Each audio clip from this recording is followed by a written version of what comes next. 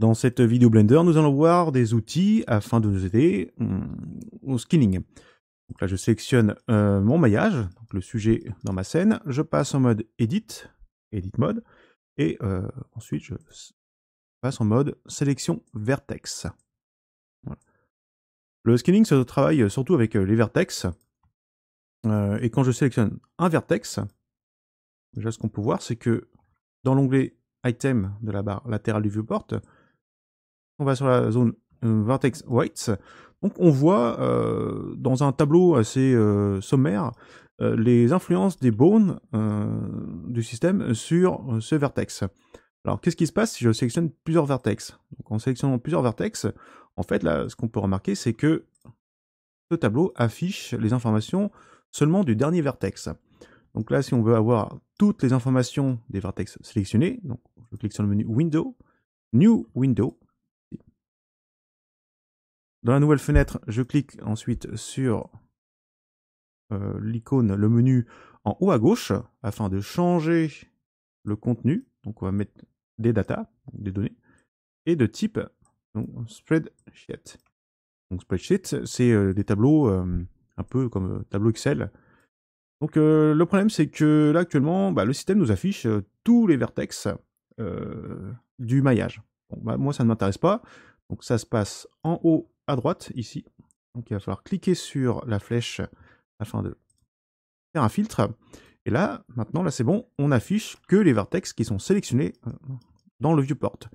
Donc là, chaque vertex a un identifiant ou un nom.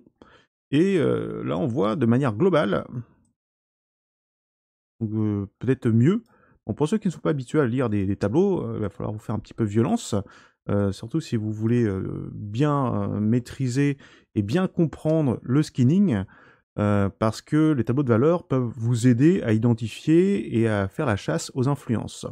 Donc là, bon, par exemple, si je ne sélectionne qu'un seul vertex, donc je vois que ce vertex s'appelle vertex 64. Et dessus, donc là, vous avez donc des bones qui appliquent une influence, donc avec des nombres sur ce vertex. Donc bon, ça peut être intéressant. Sauf que là, si j'ai plusieurs sélections, la problématique c'est que dans le viewport, bien je ne sais pas quel vertex est numéroté comment. Donc pour cela, je vais baisser un petit peu le tableau. Je clique sur le menu Edit, References. Ensuite, je vais dans la section Interface.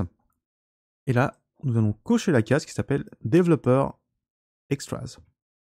Je coche la case. Donc ça, ce sont pour des options pour les développeurs, mais nous, évidemment, on ne va pas faire du développement, on ne va pas faire du débugage ou quoi que ce soit.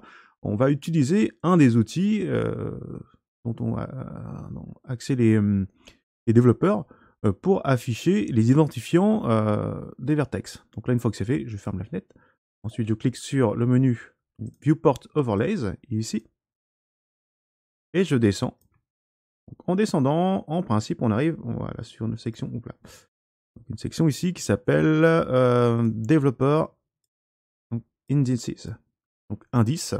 Donc en cochant la case, voilà ce qui se passe. Donc le système, donc Blender maintenant, nous affiche les identifiants, les noms des vertex du maillage. Donc là déjà, les noms du vertex, de chaque vertex, ce n'est pas vous qui décidez de ça. C'est Blender, ce sont les logiciels 3D généralement qui vont faire les numérotations. Bon, déjà, laissez tomber cette question. Comment est-ce qu'on fait pour renommer les vertex? On n'est pas là pour ça. Tout simplement, nous allons utiliser des outils qui vont nous aider donc, pour identifier les vertex, voir quels sont les bones qui font des influences sur les vertex, et quelles sont les différentes manières de pouvoir visualiser de manière numérique ces influences. Parce que voir les influences avec un code couleur, c'est très bien, mais ce n'est pas suffisant parfois. Il faudra avoir accès surtout à des tableaux, des nombres, pour pouvoir identifier quel bones fait quelle influence, où et comment, et pouvoir l'inclure ou l'exclure définitivement du système d'influence. Et c'est là l'une des particularités du skinning qui va consister à faire cette chasse aux influences.